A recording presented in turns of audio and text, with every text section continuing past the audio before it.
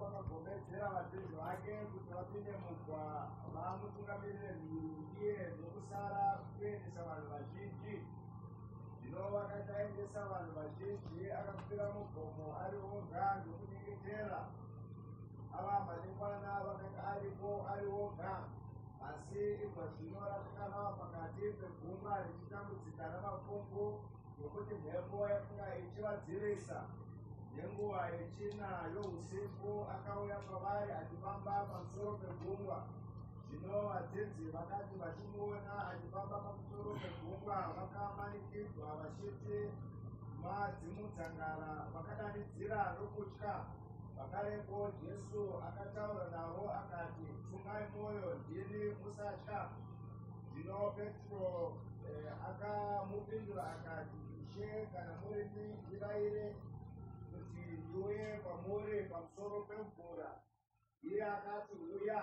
Petro akaburuka mugwa akafamba pamusoro pemvura akaenda kuna Jesu. Amen. Isoro pafaze shoko ravo tigare pasi.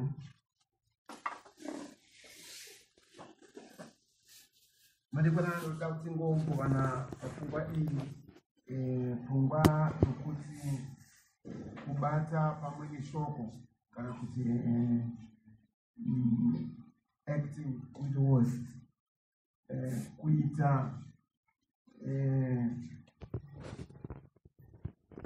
kana kuti kuraramira zviri shoko munguva yaro nemukuratidzwa kwaro.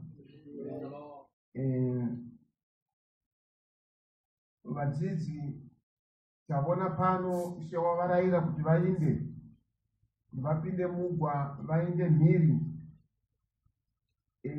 Vakati vava pakati pegungwa, mhepo yakavadzivisa. Wakaipa wakatora mukana wokuti Ishe hapo. Vadzidzi vari voga, saka wakamutsa dutu pagungwa, chikepe chikada kuputsika. Saka vari pakutambudzika ikoko. Rugwaro runoti nenguva yechina yeusiku Ishe wakaonekwa navo achifamba pamusoro pemvura. Toziva tose kuti 4 inhamba yedzikinuro. VaHebheru, Shadrach, Meshach naAbednego vaive vatatu vakakandwa mumoto. Asi Nebhukadhineza achizotarira akaona mava newechina.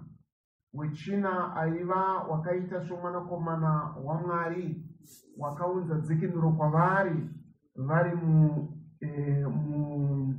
muvira romoto. Saka 4 inhamba yedzikinuro.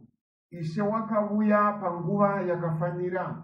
I think takavona was it on Sunday pamusoro paElijah, kwai akati yakwana nguva yekunyengetera, nguva yechipiriso chamadekwani, ndopa akaunganidza vanhu akati uyai, akachinamata zvino kuna Mwari. Saka Mwari wakatiunza munguva, Mwari wakatiunza kuti tirarame mune nguva dzakatemerwa, kuti aite zvakafanira uye zvakakodzera kusanangurwa kwedu kana atisvitsa pajuncture kana pane chero chikamu chenguva yekurarama kwedu. Hatingorarama ziraramira panyika.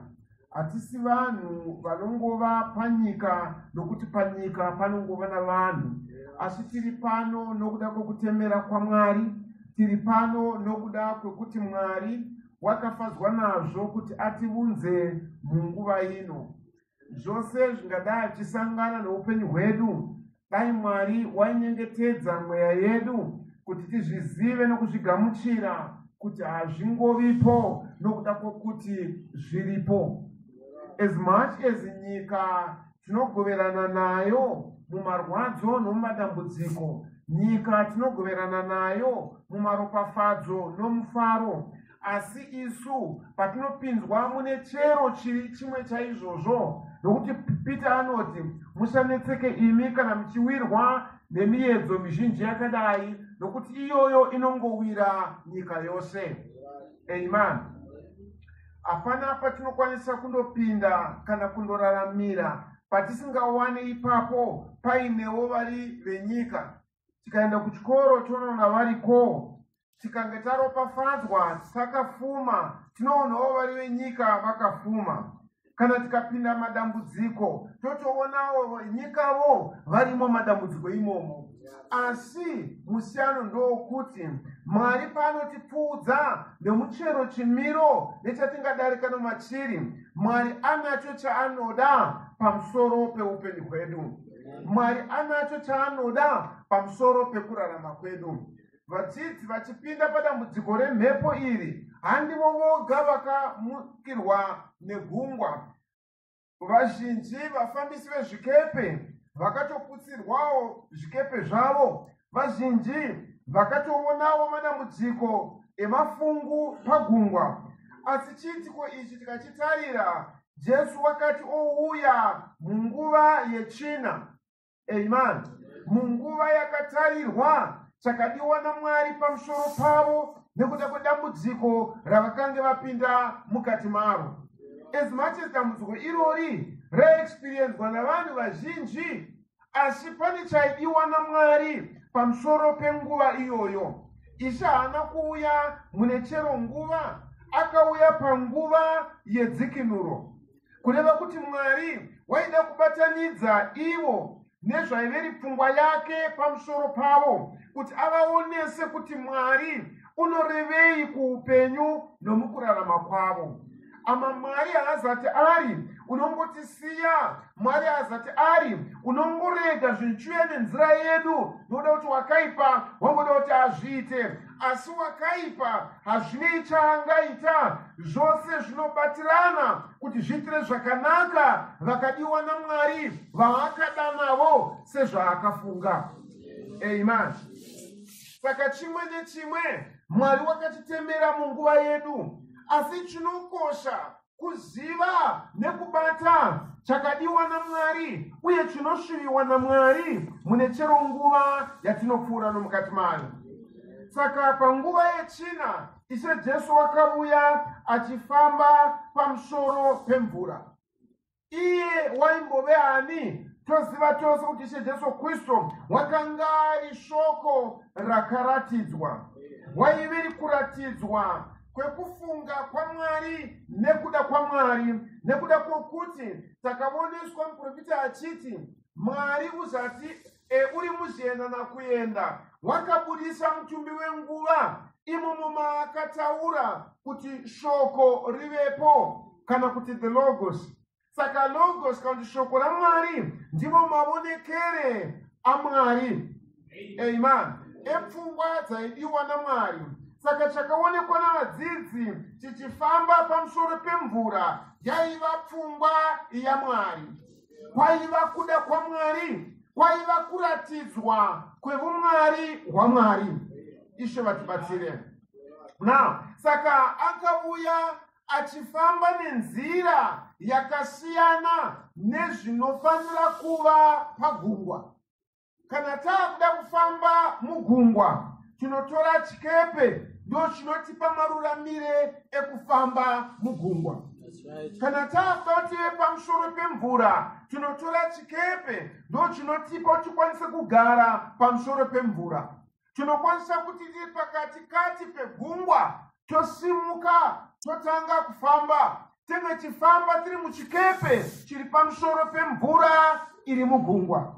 Asi Ishe wakauya achifamba nenzira inopesana nezvese zvine chekuita nekufambwa kwemumvura. Amen. Hama Mwari ndozvaari kuupenyu hwedu. Mwari haauyi kwatiri, Mwari haabatsire upenyu hwedu nenzira inongovawo nyika, nenzira inongovawo chiitire chinokwanisa kuitwa nechero munhu.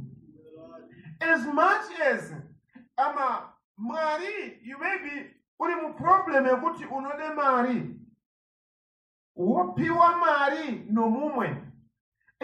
Nyikawo inodaro iri problem yemari, inopiwawo futi nemumwewo. Andi munobona? Chero dambudziko ringava ratingapfuura nomariri ndatini ni munyika ririmo.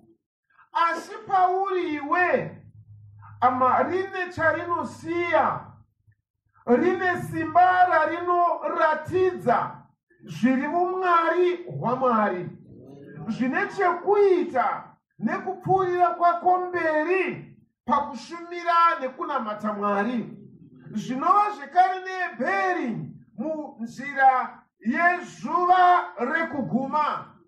Pauro anotaura achiti ndarwa kurwa kwakanaka.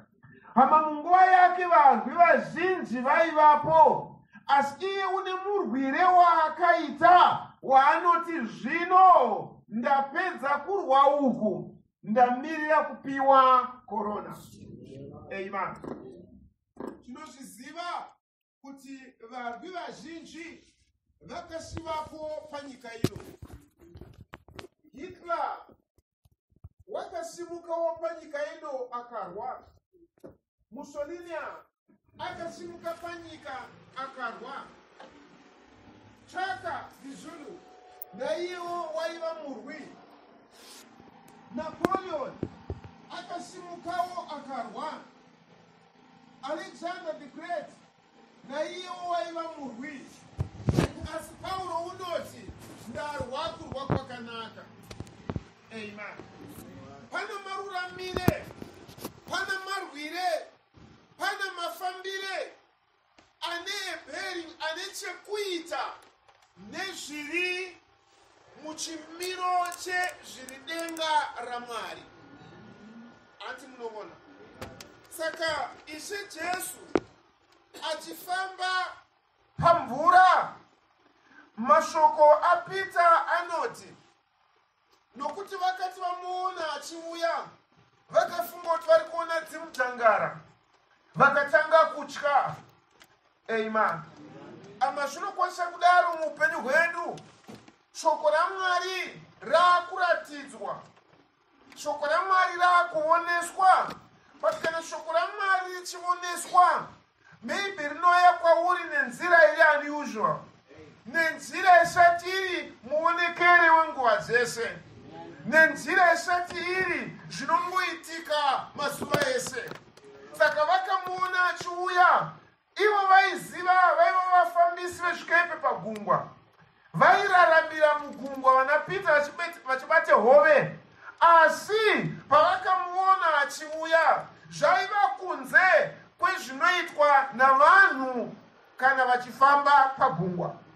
Saka vakafunga kuti igori toto, vakafunga kuti tinoona chipoko, vakafunga kuti tinoona mweya wamadzimujangara unongofambawo. Asi Ishe wakataura akati musatya ndini. Amen. Ama Mwari mumwecheteyo akataura kuna Abrahamu. Abrahamu aane mufungo wokuti saka zvichava sei, zvinoshamira sei. Mwari wakauya kuna Abrahamu akati, Abrahamu usatya, ndini mubayiro wako mukuru. Amen. Pachapter 17 Abrahamu, Mwari unouya kuna Abrahamu zvekare achiti ndini El Shaddai. Amen. Ama pane nguva yatinokwanisa kusvika pairi inotyisa nekuvhundutsa upenyu hwedu, inotambudza nokumanikidza pfungwa dzedu. Asi panguva iyoyo shoko raMwari rinoratidzwa kwatiri. Amen. Zvichida zvinokwanisa kuunza matiri kutya, zvinokwanisa kuunza matiri kuti zvino upenyu hwedu hwoparara, zvinokwanisa kuunza matiri kuti zvino chazovei. Asi Ishe wakataura naAbrahamu anotaura zvekare nesu kuti usatya ndini. Amen. Ndini ani shoko rakaratidzwa munguva yakafanira. Ndini ani shoko raMwari rakaitwe nyama. Amen. Dai Mwari mumwecheteyo waitendera zheve dzedu tinzwe madekwana anu kuti pamusoro penyaya tiri mukati mayo tinzwe mashoko mamwe chetewo usatya ndini. Amen.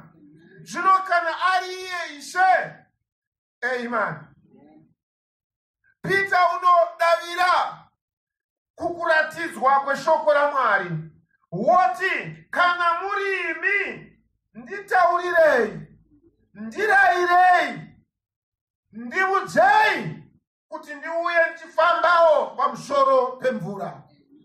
Ishe akapindura kuna Peter akati uya. Peter akabuda mugwa akatanga kufamba pamusoro pemvura. Dai Mwari vaitibatsira. Amen. Saka Peter akaita zvakange zviri kuitwa neshoko. Amen. Tarirai tazvarirwa mwana, tapiwa mwanakomana, zita rake richanzi unoshambisa. Amen. Ndozva ari kwatiri. Saka Peter anoti kana muri imi, kana riri shoko raMwari, kana ndakatenda zvokwadi yaMwari, kana ndakagamuchira message yaMwari muzuva rangu, nditenderei Mwari ndifambe nomufambire uri kuita shoko rakaratidzwa munguva ino. Pane mufambire, pane maratidzikirwe ari kuitwa shoko raMwari. Yes, munguva yatakadanirwa kwairi, hama inguva yakatsaurirwa ivavo vari vakatemerwa kuti vagadzirirwe kuuya kwashe. Saka kana shoko iri riri raMwari, Elijah wakataura pagomo reKameri akati kana Jehovha ari Mwari ngaanamatwe. Kana muri imi Ishe munofamba pamusoro pemvura, Peter wakadaro, nditendereiwo ndifambe neniwo. Kana Mwari wakapindura pazuva raElijah pagomo reKameri, ndiye mwechete akataurira Peter pagungwa akati ndini shuwa uya uchifamba. Peter akafamba sezvaita shoko rakaratidzwa munguva yake. Amen. Dai Mwari vakatibatsira shoko raMwari rakaratidzwa munguva yatinorarama, kuti Mwari azvitsaurire kereke isina ruvara kana gwapa, isina kuunyana kana chaingapomerwa. Kana muri imi Mwari shoko rezuva ranhasi, nditenderei ndifambewo maringe nekuratidzwa kweshoko iri. Zviumbe mandiri kusapomerwa, zviumbe mandiri kururama, zviumbe mandiri mweya unoda, zviumbe mandiri kugadzirirwa kwekubvutwa, nekuti ndo zvakatumirwa shoko munguva yatigere mukati mayo. Kana muri imi Ishe, nditenderei ndifambe. Pane nhamo dziri kunditambudza dzakatikomberedza, asi ndoda kufamba sezviri shoko. Peter haana kuti chimbomisai mhepo iyi ndigouya. Mhepo yakanga ichifufuta, mumhepo imomo Peter akati ndoda kufamba pamusoro pemvura. Mumadambudziko uri kupfuura nemukati mawo, munhamo yakakupoteredza, hama ungava chido chako choti dai Mwari mandibvisira nhamo iyi, dai Mwari mandibvisira mutoro uyu. Mwari anirafanga asinganzwe, ndiko kuchema kwako izvino kwazvo. Asi Peter pane chaakaona chinodarika nhamo yakamukomberedza, akati kana muri imi Ishe, itai ndifambe nenzira isati iri usual. Handisati ndiuye kwamuri ndiri muchikepe, tune ndiuye kwamuri ndichifamba pamusoro pemvura iyi, mhepo ichifufuta, mafungu achisimuka, zvose zviitika, asi ndoda kuti ndifambe semafambiro ari kuita shoko pamusoro pemvura. Amen. Ishe vakati uya, hama ndiye Mwari mwechete akapindura Abrahama akati I'm the breasted one, ndinokwasha kukumwisa ukararama. Ndiye unotaurira Peter uya ufambe. Amen. Ndoda kufamba pamusoro pemvura iyi in the unusual way. Amen. Ama rega nzira yako ingova peculiar, rega nzira yako ingosiyana nedzimwe nzira dzose. Tendera Mwari aitendewe zvinodarika zvingaitwa navanhu. Amen. Kuti Mwari anokupa rugare rwemweya wako. Mwari anokupa mfaro wemweya wako, yet uri pakutambudzwa nokurwadziwa, uri pakumanikidzwa nokushungubadzwa, asi mauri mune that eternal peace, mune rugare runobva kuna Mwari, mune kunyaradzwa kunobva kuna iye musiki. Ndoshikonzero Mwari vakatidana kushoko rake muzuva ranhasi. Tisangotorwa, tisangova nhapwa, tisangova vanhu vanetiswa chero zvangoda wakaipa, kunyange shoko raMwari raratidzwa.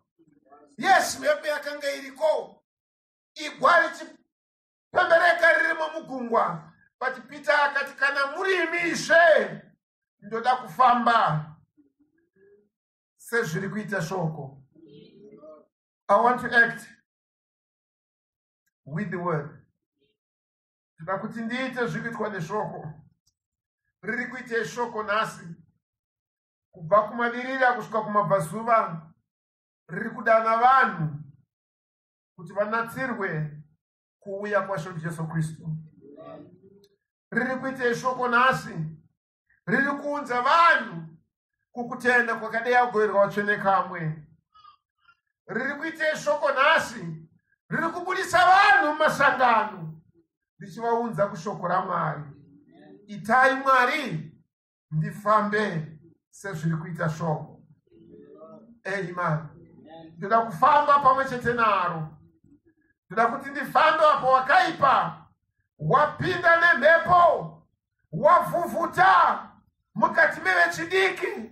Mhepo yowakaipa yovaputise mbanje, yovamwisa tumbwa, yovaitisa zvose zvisakarurama. Mukati maizvozvo zvose Mwari ndoda kufamba sekufamba kuri kuita shoko munguva ino. Apo vanhu vaparadzwa, apo vanhu vafambiswa muzvakaipa, apo vanhu voraramiswa nomutoo wezvina nekusarama kuri nyika ino. Mwari ndoda kuti ndifambe neshoko raMwari. Apo vamwe vakushamwari dzangu vanodzidza navo vanofamba navo vari kufamba muzvakaipa, vari kuita tutsika tusina kunaka, vari kuita mufambire wakaipa, ini Mwari ndoda ndifambe sekufamba kuri kuita shoko muzuva ranhasi. Riri kukwevera kuna Mwari vanhu vaakazvisanangurira, vanhu vaakafadzwa nazvo kuti vave vake, vaunzwa kukururama nekuutsvene kwokubwinya kwake. Ishe kana murimi nditenderei ndifambe. Amen. Sei tichida kundifambe? Nokuda kwokuti ndinoshuvira kuti shoko rive rinoratidzwa muupenyu hwanguwo. Amen. Makorinto okutanga chapter 2 verse 12 kusvika pa 14.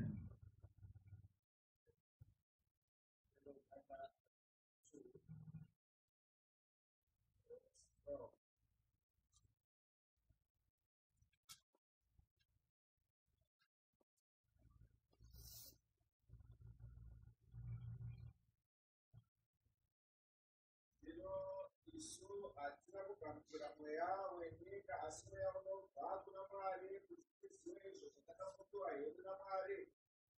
Ndizvo zvatinotaurawo, tisingatauri namashoko anodzidzisa uchenjeri hwevanhu, asi anodzidziswa nomweya, tichidutsa zvinhu zvomweya kuvanhu vomweya. Zvino munhu zvaakaberekwa haagamuchiri zvinhu zvomweya waMwari, nokuti upenzi kwaari haazvinzwisisi, nokuti zvinonzwisiswa nomweya. Asi uri womweya unonzwisisa zvose, asi iye amene haanzwisiswi nomunhu, nokuti ndianiko wakaziva murangariro waShe kuti amudzidzise, asi isu tino murangariro waKristu. Thank you. Amen. Shoko raMwari parakaunzwa kwatiri harina kuuya risina mweya waMwari. Amen.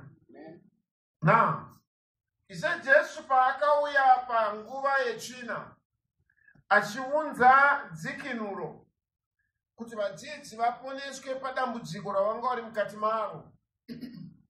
Havana kuuya vasina maruramire namakwanisire ekuti Pita kana zvajeka maari kuti azive kuti iri ishoko rakaratidzwa munguva yake, apiwewo maruramire ekufamba sezvaiveri shoko.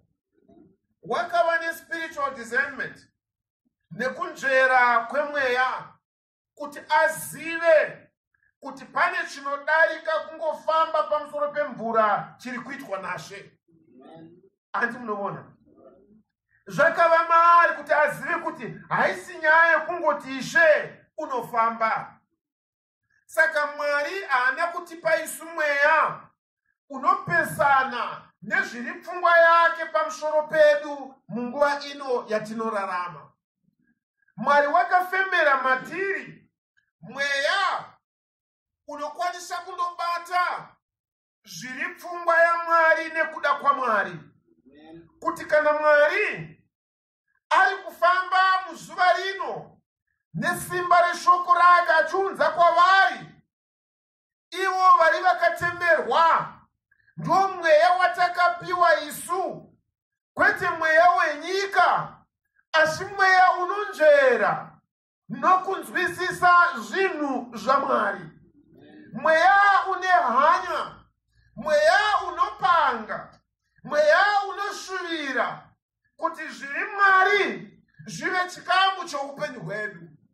Tiraramiswe hama namaonekere anoparidza nokuratidza zviri kuita kwaMwari muzuva ranhasi. Sekera hatina kupiwa mweya wokutya, takapiwa mweya unokwanisa kunzvera, unokwanisa kuona, uye uchifara nazvo kuti tive vanhu vakatsaurirwa kururama nekubwinya kwaMwari. Amen. Ndiwo mweya watakapiwa unoziva nekuona kuratidzwa kwekuda kwaMwari pamusoro poupenyu hwedu, kuti amatsango avanhu vanongorarama asi amane upenyu hwedu nezvatinopfuura nomukati mazvo, hama zvose zviparidze zviri mukuru nokubwinya kwaMwari. Kuti hama patinotsvaka mhinduro pamusoro pezvinopfuura nomunzira dzedu, hama pakuguma kwezuva zvikwanise kuoneka sehama dzedu dzekare vakati vatorwa vachinzverwa kuti sei vachiita zvavanoita kuda vanyanya kufunda. You remember Paul akamira pamberi paMambo Agripa achitaura pamusoro peudzamu hwezvokwadi yaMwari. Mambo Agripa akati, iwe Sao Paulo, kudzidza kwako zvinokokupengesa iwe. Nenguva diki akadauda kuti ndive muKristu here? Paul akati, kwete imi moga mambo, asina vose vanondinzwa. Saka pamaonero aMambo Agripa aiona kuti munhu uyu kufunda kwake ndokunomuitira zvaanoita izvi. But on the other hand, kwavana Peter na John vaita basa rekuredza hove, vakanga vasina kudzidza, vanga vasikagone kusaina zita ravo, vakanga vasina kuenda kuchikoro, but vakati vanzverwa vakaonekwa kuti vakanga vari vasina kudzidza uye vasingazivi. Amen. Unlearned, vasina kudzidza. Amen. And ignorant, vasina chavanoziva chiri nharaunda dzedzidzo. But vakati vavatarira vakaona kuti zviro kwazvo vanhu ava vaiva naJesu. Chaivaitisa zvavaita hakusi kudzidza, chaivaitisa zvavaita hakusi kusadzidza, asi nokuti vaiva naJesu. Amen. Sekera Peter vakaenda kufamba pamwe chete nemi. Hama dai mweya unotaurwa naPaulo wakadururwa pamusoro pevose vakatemerwa nyasha dzaMwari, waibata nomatiri, kwete mweya unotya, asi mweya unotarisana nezvokwadi nezvatikupfuura nomukati mazvo with a positive mind, nomurangariro wakatesva, nomurangariro una hongu, nomurangariro une kuti ndichakunda, nomulalo wokuti ndichararama. Amen. Shoko denga watibatsire. Davhidhi wakataura achidaro akati ndakatenda saka ndinotaura. Hama tinoitiswa zvatinoita neichocho chakabata mukati meupenyu hwedu. Peter akasiyana nenjira yamafambiro apagungwa nokuti akanga atenda ajekerwa nazvo kuti ndishe unofamba. So he wanted to add to the word. Nesuma nekwana ano atina kupiwa mweya wokutya but wokufamba pamwechete neshoko. Wokuratidzwa panoratidzwa shoko. Wekuoneswa panooneswa shoko. Kuti vanhu vakafanira nyasha dzaMwari.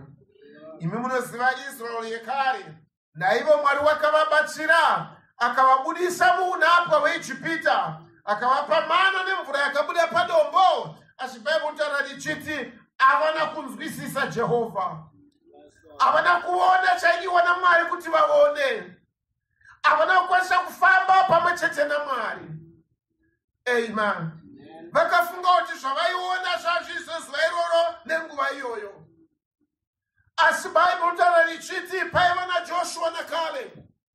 Shungu dzemwoyo yavo dzasi dzekungodya mana, dzasi dzekungomwa mvura yapadombo, asi dzaiva dzekuti vaende kundotora nyika yechipikirwa. Amen. Vakaona zvaionekwa naMwari. They acted with the word.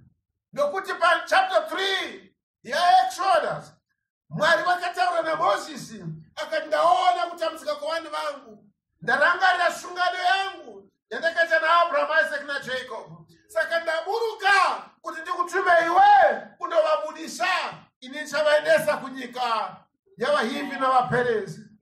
Ama chino chaMwari pamusoro pekuuya kwake pakati pavo chaiva chekuti avaendesa kunyika inerera muchino mukaka.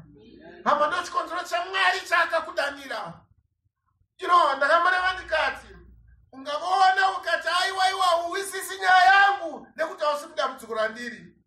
Iwe haukwanise kugamuchira chimiro chandiri noda kwokuti hachisiro chauri machiri. Ashamanda kukuudza panheyo dzeshoko raMwari kuti ama pane chakadiwa naMwari pamusoro pako chinodarika zvose zvingaratidzwa nokumutswa muupenyu hwako nowakaipa.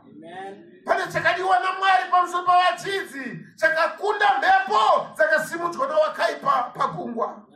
NdiMwari wakakudana, ndiMwari ane hanya nemweya wako, ndiMwari ane chikonzero kukudana kwakakudana nako kuti akuonese, akupe manzwisire namajekerwo ekuti ufambe pamwechete neshoko raMwari. Handirevere kuti usanamata kuti ubude mudambudziko rauri. Handireve kuti usanamata kuti Mwari akupe chaunoshuvira. Hama kupiwa kwako ichocho kunosimbisa umwari hwaMwari.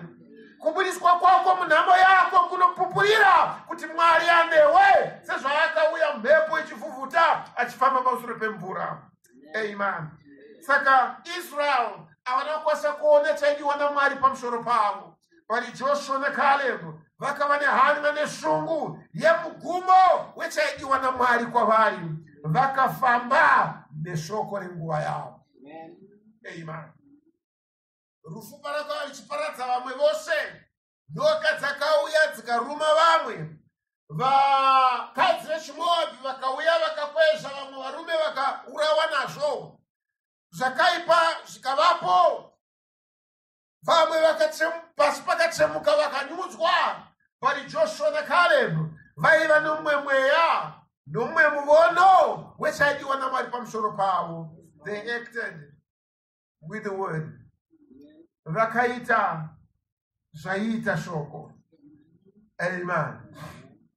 Ishoko denga vatibatsire. Ama nguva zhinji Mwari unoratidza nokuonesa simba rake, pati tinokona kuona chavari kuda pamusoro poupenyu hwedu. Maybe tingorava Johani chapter 1 verse 35.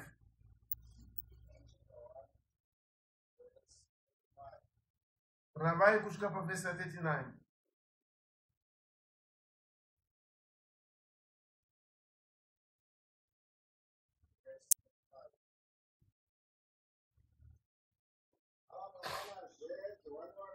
amene na vadzidzi vake vaviri akatarisa Jesu achifamba akati, tarirai gwayana raMwari.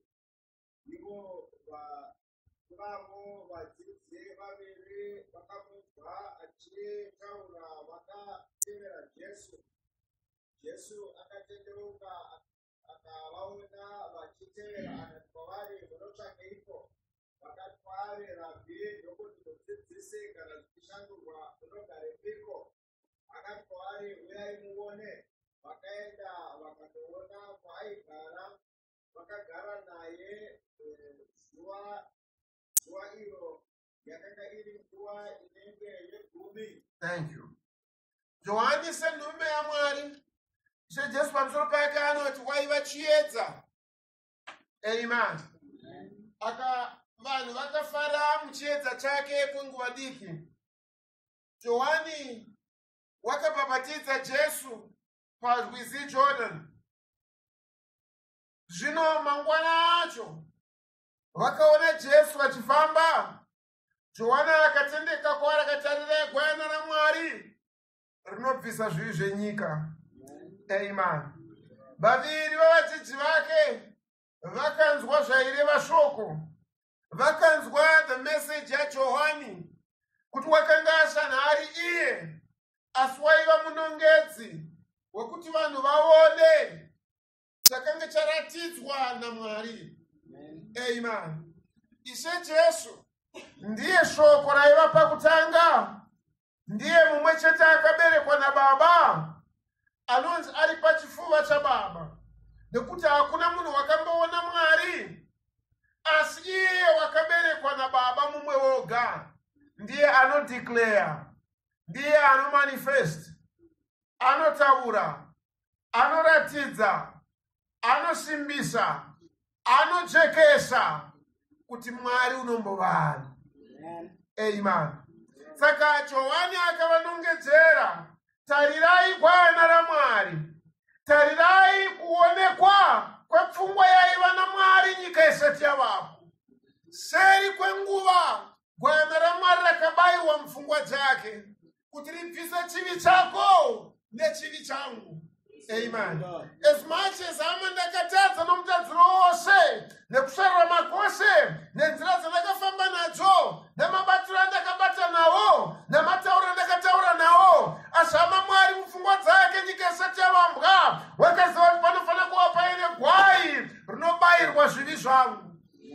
Johani unotendeka, chitarirai minduro kuchivi chenyu. Chitarirai chinopedza dambudziko renyu. Chitarirai chinounza kwamuri rugare rwaMwari. Vaviri voga ndo vakatevera. Amen. Vamwe they were short taken up nomufaro nokunakidzwa kwokuparidza kwaJohani. Vaigara naye, vakaramba vachifamba naye, vachingofara nezvaaitaura, asi havana kuona chaainongedzera. Tinondovaona pachapter 19 yamabasa avaapostora, apo Paul akasangana vadzidzi vaJohani vachiparidza nokunamata Mwari, vachingoziva rubhabhadzo rwaJohani roga, vasina kuona chainongedzerwa naJohani. Asi Mwari wakatipa mweya wokunzvera, Mwari wakatipa mweya unocherekedza nekuona kuti Mwari vari kudei neshoko ravo ravanotuma pane chero nguva nedispensation yekurarama kwavanhu panyika. Amen. Tarirai gwayana raMwari rinobvisa zvivi zvenyika. Amen. Hama zvinotora kuritarira, and then vakati vatarira vakaritevera. Shaka vabvunza munodei munotsvakei? Vakati Ishe munogarepiko? Toda kuona pamunogara. Toda kuona the significance.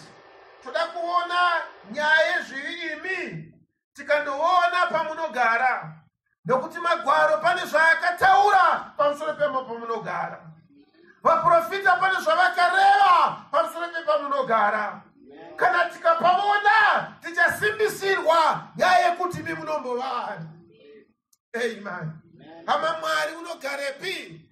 Jesu unogarepi? Wakati ndinogara muna Baba. Amen. Ishe vatibatsire. Mwari uri mushoko rake. Mwari unogara mushoko rake. Amen. Ise Jesu maonekere pfungwa neshoko ra Mwari. Saka vakaenda vakamutevera. Ishaka ndovaratidza.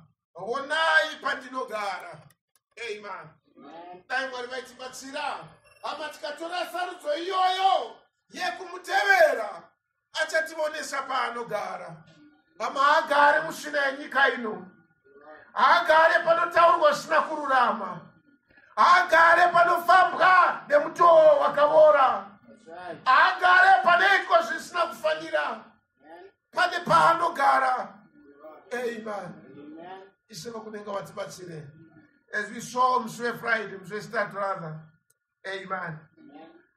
Pavakanga vachimuona pane pairehwa neshoko raMwari kuti anowanika. Amen. Vafudzi pane pavaifanira kumuwana. Vachenjeri pane pavaifanira kundomuwana. Maria na Josefa pane pavaifanira kundomuwana. Madekwana ano iwe unokwanisa kundomuonazve. Semunogarepi. Ama anogara mushoko rake. Rakati namavanga ake makaporeswa. Anogara mushoko rake. Rakati uyai kwandiri mose makaneta makaremerwa ndichakupa izororo. Anogara mushoko rake. Rakati takurai shoko rangu nokuti rakareruka. Amen. Anogara mushoko rake. Rekuti akati baba vaitei vatsvene nokuti shoko renyu izokwadi. Amen. Ndo maanogara mushoko rake. Munorangarira Abheri wekare. Naiye wakauya pamberi paMwari nechipiriso. Chipiriso chaakauya nacho yange isiri pfungwa yake kana kuda kwake. Kwangu chiruziva kwake kana kudzidza kwake. Asi Paul akutionesa pana Hebrews chapter 11 anta achiti Abheri nekutenda akapa chipiriso chinogamuchirika. Sei akapa chipiriso chinogamuchirika nekuda kwokuti akaona gwayana richibayiwa nyika isati yavambwa. Iye he acted with the word. Akaita zvaiita shoko. Raibayiwa mupfungwa dzaMwari. Rakabayiwa mukuda kwaMwari. Iye ndokutora gwai ndokubaya segwai rakabayiwa naMwari mupfungwa dzavo. Mwari vakati waita zvakanaka. Why don't we act with the word? Amen. Ama shoko raMwari kutsvene. Shoko raMwari kururama. Let's act with the word. Ama nyika yabatwa muzvakaipa. Nyika yomanikidzwa nemweya shakarurama. Ishana kurevera pamusoro pegeneration ino akati rudzi rweupombwe. Nyika yabatwa nemweya yakaipa yesvina. Amen. Asi iwewe act with the word. Amen. Itazvi ni shoko raMwari. Mahari hamuna kusarurama. Mahari hamuna svina. Mahari hamuna kuipa. Mahari mune shokwadi ya Mwari. Act with the word. Famba neshoko raMwari sapita wekari.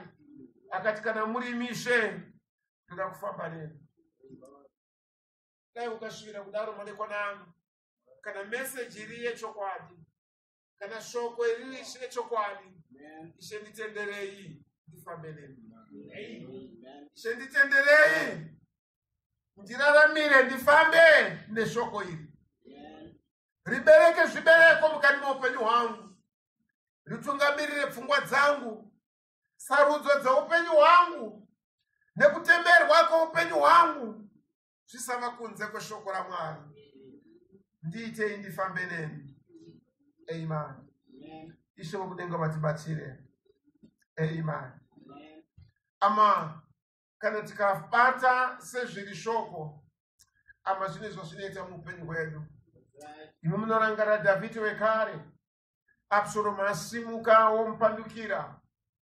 Akatanga kukwira negomo achibuda muJerusarema. Shimei akauya achimukushira mavhu. Akati bvaiwe muurayi. Vakamuitira zvakaipa vachimutuka. Joabu akavhomora munondo.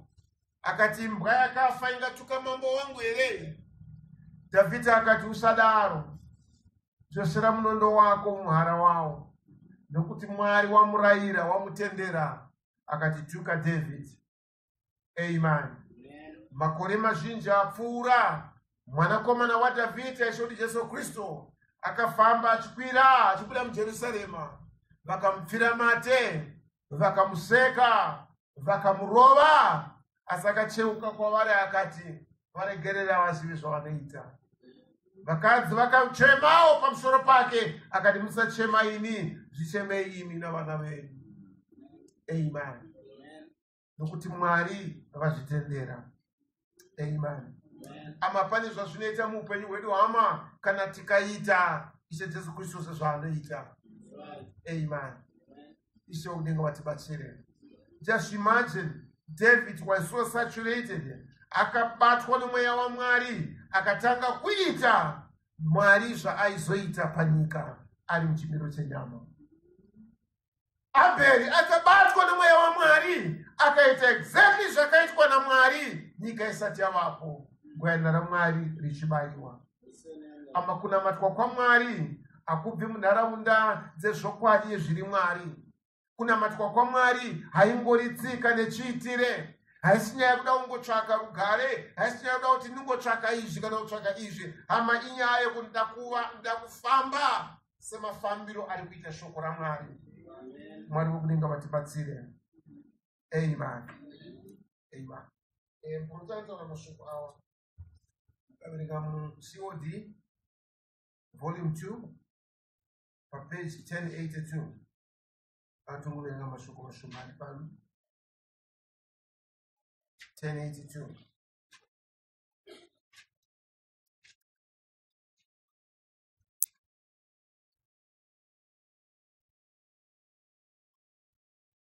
It was so beautifully typed in Elijah and Elisha.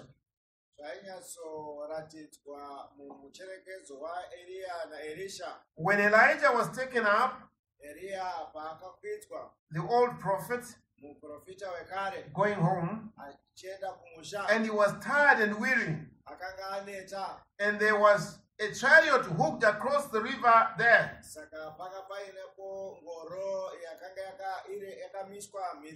To take him up home with the horses of fire. And did you notice then, when Elijah and Elisha crossed the river, the school of the prophets was up there watching them. And Elijah took his mantle and struck the river. And when he did, it divided. And he went across. And he said to the young prophet,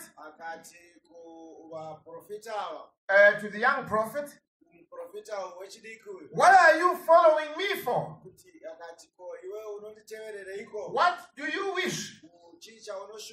He said, a double portion of your spirit come upon me. A double portion of that mighty prophet come upon me. He said, you have asked a hard thing,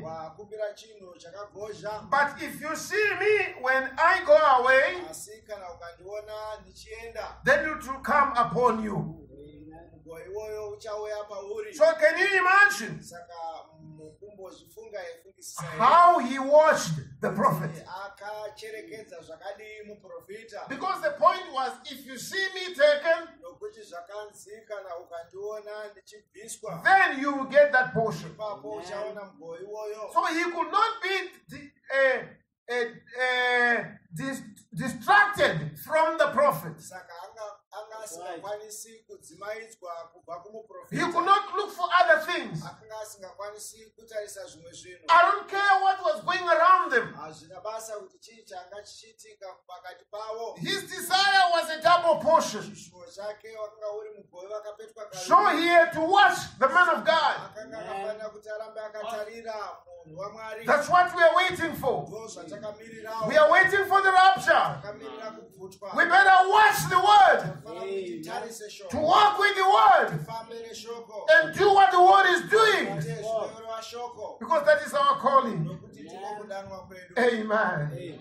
As he was walking with the old prophets, Akanga achifamba nemuprofita mutana he uyu. was walking with the word, Akanga achifamba neshoko. with the message of the hour, Shoko renguva yake. with the purpose of God for the hour, Chinangwa chaMwari chenguva and he iyoyo. stayed close to that. Akaramba ari pedo neizvozvo. He had left everything, Akanga asiya zvose his denomination, kumasangano. he had left his farming activities, Akanga asiya zvake zvose he zvokurima. had left his home, Akanga asiya musha and wake. he stuck to the old prophet, Akabatirana nemuprofita. because that's where the word of God was, Ndo pakanga paine shoko the raMwari. manifestation of the power of God Kudzwa kwesimba raMwari. of that very hour. Kwenguva iyoyo. And then he was told, Saka akaudzwa. if you see me go, Ukandiona ndichienda. then you'll get it. Uchazviona. Amen. If we see the word, Ukaona shoko. we see the rapture also. Uchaona kubvutwa. Blessed be the name of the Mwari Lord. ngaakudzwe. Amen.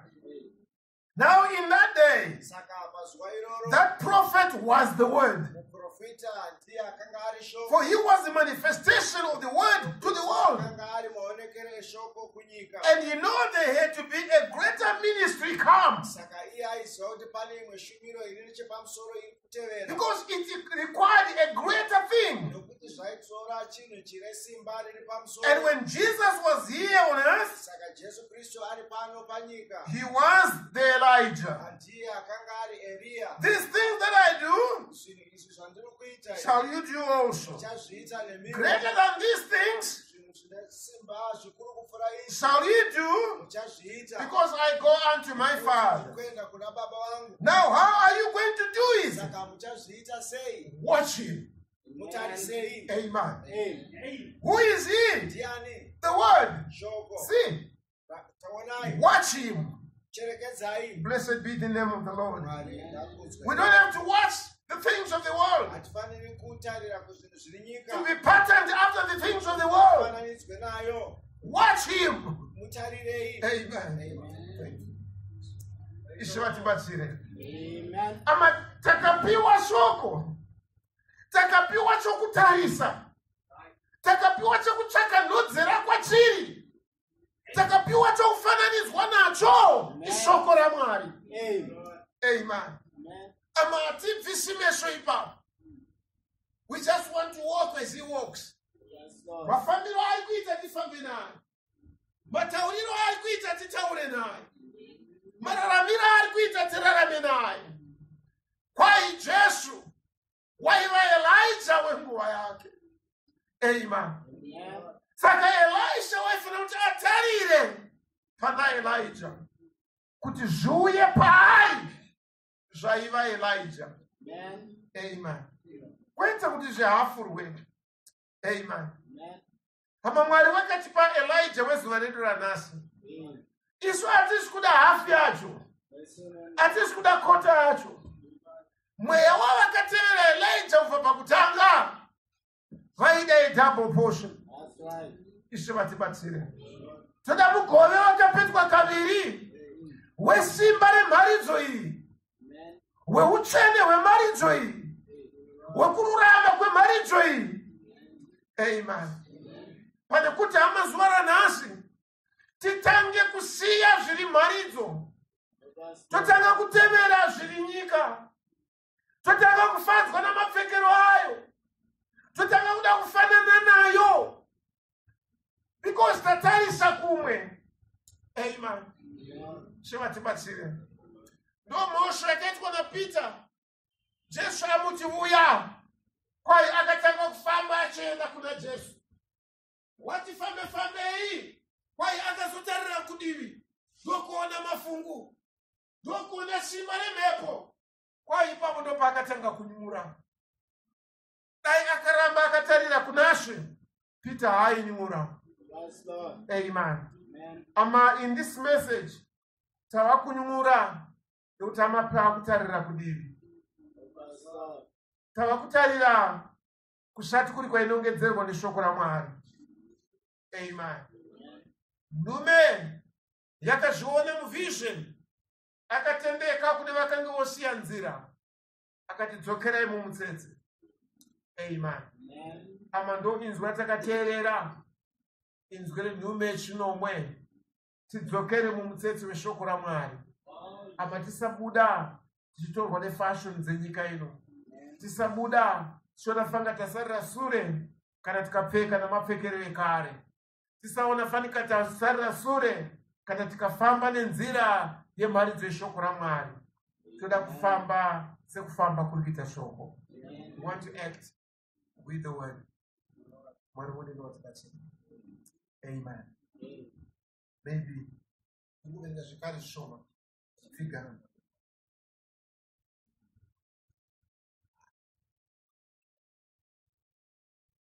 Mumharidzo, the seed is not air with the shark. On page 28,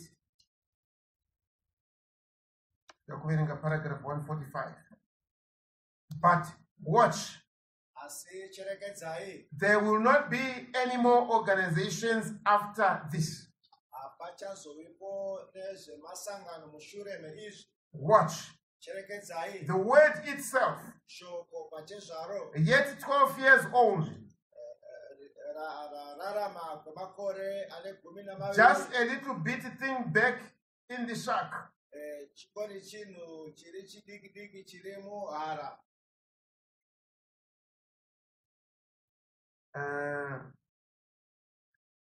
He said, Unoti, don't you know hamuzivi here, I must be about my father's business? ndinofanira kunga ndiri pabasa rababa vangu. The word Shoko corrected the church right there.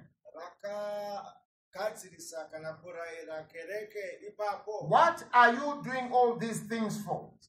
Sei chii chamuri kuitira zvinhu zvose izvi? You know you can't do this. Munoziva kuti hamukwanisi kuita izvi. We'll close up our doors. Tichapfiga masuo We edu. won't let you come in. Hatizokutenderi kuti upinde. For know ye not that I must be about my father's business. Imi hamuzivi here kuti ndinofanira kunga ndiri pabasa rababa vangu. Amen. Amen. She just claimed him to be Joseph's son, Akanga achizviti mwanakomana waJosefa, a mere man, angoriwo munhu wake. or what Pentecost did, Ndizvo zvakaitwawo nePentecost. just claimed him to be one of the three, Vakangomutorawo semumwe wevatatu ava. but he was all three in one. Asi akanga ari mumwe pautatu uhu. But the Pentecostals say, Asi vaPentecost vanoti, oh yes, he is the son of the Father, voti ndizvozvo mwanakomana wababa, of the Holy Ghost. wemweya mutsvene. Oh my. But the real true word speaks right out. Asi shoko rezvokwadi rinonyatsa kuzivisa pachena. There are not three of them, Havasi vatatu, there's only one of them. kune mumwe chete. You know, Munoziva, not the word of God. You know not the word of God. hamuzivi shoko raMwari. You make them three, Munovaita vatatu, but it's one. asi ndemumwe chete. Notice, Cherekedzai, there will be no more career mother churches, denominations after this shock. pachazovipo nemasangano mumashure membeu iyi. After the shock, there is no more career. Mumashure membeu iyi hamusisina zvekuchengetedza kana kuti zvibatsiridzo. Amen. Amen. But Asi there is left just the grain. pachazosara nembeu yoga yakachena. Is that right? Ndizvo here? Got to be the grain. Inofanira kuva mbeu yakachena. It's got to be the same kind that went into the ground. Inofanira kunga iri mbeu imwe chete yakadyarwa pakutanga. Jesus Christ, Jesu Kristu the same yesterday, today, and forever. unogara akadaro zvino nhasi nokusingaperi. A spirit come upon the bride to do the same things that he did. Mweya wakauya pamwenga kuti uite zvinhu zvimwe chete zvaakaita. See, it's the reproducing again of the grain. Ndokuiswa zvakare pachena kwembeu. Amen. Amen. Ishe vatibatsire. Ishe Jesu Kristu waiva shoko. Aine 12 years. Maria vakati seiko watishupa kudai. Seiko tiri kutambura 3 days tiri kukutsvaka. Iye anoti munonditsvakirei. Amen. Amen. Ama mazuva esaya uri pakutambudzika. Mazuva esaya uri pakumanikidzwa. But unobatirweiko nokutambudzika ikoko? Praise God. Unoitirwei nhapwa yokutambudzika ikoko? Nokuda kwokuti kana shoko raMwari riri mauri, it must be about the Father's business. Amen. Ringe rifanira kunge riri pabasa raBaba. Chii chikudiwa naBaba muupenyu hwako? Chii chikudiwa naBaba mukurarama kwako? Kukwaniriswa kwokutenda kwako kusarashikirwa nekubvutwa. Amen. Amen. Saka shoko raiva pakutanga ndo rakaradzwa kwatiri zvekare kuti rionesei, rionese chaivapo pakutanga. Ndiani waivapo pakutanga? NdiKristu Jesu. Amen. Amen. As I said of David, Joab akavhomora munondo akati mbwa yakafa ingatsvuka mambo wangu. David akadzosera munondo wako muhara. Mwari watendera kuti Shimei atuke David. Peter unovhomora munondo, unodimbura zheve anoda kubata She. Ishe vanodzosera munondo wako muhara wavo. Ishe vanonhonga nzeve yadimburwa vanodzosera pairi. NdiMwari wazvitendera kuti ndipfuure nemandiri kupfuura nawo. Nokuti akanga abva muGeshemani, maakanga ati kuda kwenyu imi Mwari ngakuitwe. Dai madekwana ano chishono mwoyo yedu zvikava kuti kuda kwaMwari ngakuitwe. Kuda kwaMwari kunowanikwepi? Kunowanikwa mushoko rakazarurwa. Ishoko raMwari rinozaruka kwauri, wapfuudzwa nemaungada uri kupfuura namo. Nokuti hauna kupiwa mweya wenyika, wakapiwa mweya wokusatya, mweya wokuzarurirwa, mweya wokuziva zvakavandika nezvakaiwa naMwari pamusoro poupenyu hwedu. Dai Mwari vakatibatsira, Mwari vakatinzwira nyasha. Shall we just add to the word? Tifambe neshoko raMwari. Titaure pamwe chete naro. Tirarame pamwe chete naro. Ama nyika ingaite zvaingaita, kunyange mutumbi wako kana muviri wako ungada kukukwevera nokukuendesa kusiriko, asi nyengetedza mweya wako kuti ndoda kufamba naShe. Ishe vakudenga vatibatsire. Ndizvodi? Ishe vatibatsire. You know what, sometimes muviri uno unoremerwa, muviri uno unorwadziwa, muviri uno unotambudzika, muviri uno unochema misodzi ikabuda, asi usatendera mweya wako kuti uitwe nhapwa neichocho chatapa muviri wako. Can you see that? Andire kuti amati kurarama upenyu huri superficial, upenyu usina nhamo, upenyu hwakanaka, upenyu unongoone maropafadzo ese, upenyu hwaJanuary chikunda ichi, February chipiwa ichi, March ichiitirwa zvakadai. Hatina karenda yerudzi irworwo. Ama nyama ino inorwadziwa, nyama ino inoedzwa, nyama ino inowisirwa pasi. Asi panowisirwa nyama pasi, mweya wako ngaurege kuwiswawo futi. Panorwadziwa nyama yako, mweya wako ngaurege kupinda ipapo. Mweya wako ngautarire pashoko raMwari. Ngazvive kwandiri sekureva kwenyu. Dai Mwari vakatibatsira. But there's one thing chakaita kuti Shakunde, he was not broken down mumweya wake. Haana kukundwa mweya wake. Nyama yakatorwa ikasungwa, but mweya wake hauna kusungwa. Muviri wake wakatorwa ukarobwa, but mweya wake hauna kurobwa. Wakarwadziwa panyama, but mweya wake hauna kurwadziwa. Wakati varegererei. Amen. Dai Mwari vakatinzwira nyasha. Mwari wakabatani mweya yedu. Amen. Remember, Isheva katika na unotarira mukadzi akamuchiva mwoyo make. Can you see? You can see namaziso ako. Unakwanisa kuona nameso ako. Asi moyo wako ngaureke kuona. Can you see? Problem inozova kana mweya wako waona. Kana mweya wako watapwa. Kuyedzwa haisi problem. But kukundwa ndo muyedzo. Kurwadziwa haukwanise kutiza kwa kuri. Asi mweya wako ngareke kuva nhapwa yamarwadzo enyama. Chowisana. Mweya wako ngaureke kuva nhapwa yezvinhu zvikutambudza nyama yako. Asi kuti ngazvive kwauri sekureva wako shoko raMwari. Amen. Kana muri mishe titenderei ndifambe nemi. Mwari wokudenga vatibatsire. Amen. Toda kufamba nashe. Amen. Toda kuenda naye paanenge achienda. Amen. Tingasimukei. Thou my everlasting